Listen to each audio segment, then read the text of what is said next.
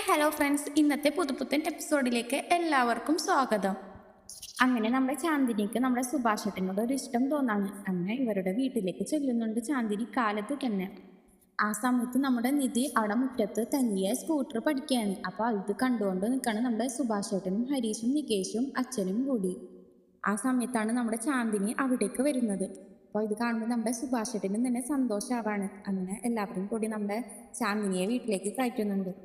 ഭാസ്കരനാണെങ്കിൽ ഹിന്ദി അറിയാലോ. അപ്പം നമ്മുടെ ചാന്ദിനിയുടെ അടുത്ത് ഹിന്ദിയിലൊക്കെ സംസാരിക്കാണ്. എന്തൊക്കെയുണ്ട്, സുഖമല്ലേ എന്നൊക്കെ ചോദിക്കാണ്. എവിടെ വീട് എന്നൊക്കെ ചോദിക്കാണ് നമ്മുടെ ചാന്ദിനിയുടെ അടുത്ത്.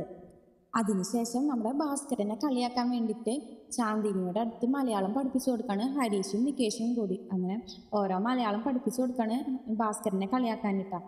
അങ്ങനെ ഭാസ്കരൻ്റെ അടുത്ത് പറഞ്ഞ് പോയിട്ട് നമ്മുടെ ചാന്ദിനി ഇവർ പഠിപ്പിച്ച മലയാളമൊക്കെ പറയാണ്. അപ്പോൾ ഭാസ്കരനാണെങ്കിൽ നമ്മുടെ ചാന്ദിനിയെ ചീത്ത പറയുന്നുണ്ട്.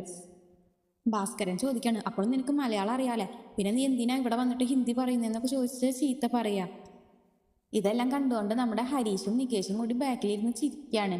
അപ്പോൾ പക്ഷേ അച്ഛനിത് കാണുന്നില്ല. പിന്നെ ശാന്തിനിക്ക് ഈ അച്ഛൻ പറയുന്ന മലയാളം ഒന്നും അറിയാത്തതുകൊണ്ട് പിന്നെ കുഴപ്പമില്ല എന്ന് വിചാരിക്കുകയാണ് ഹരീഷും നികേഷും കൂടി.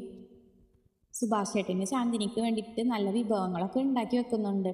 അങ്ങനെ ഫുഡൊക്കെ കഴിച്ച് കഴിഞ്ഞിട്ടാണ് നമ്മുടെ ചാന്ദിനി അവിടെ നിന്ന് പോകുന്നത്. നിങ്ങൾക്ക് ഈ വീഡിയോ ഇഷ്ടപ്പെടുകയാണെങ്കിൽ ലൈക്ക് ആൻഡ് ഷെയർ ചെയ്യുക, കൂടെ സബ്സ്ക്രൈബും ചെയ്യുക. Thank you.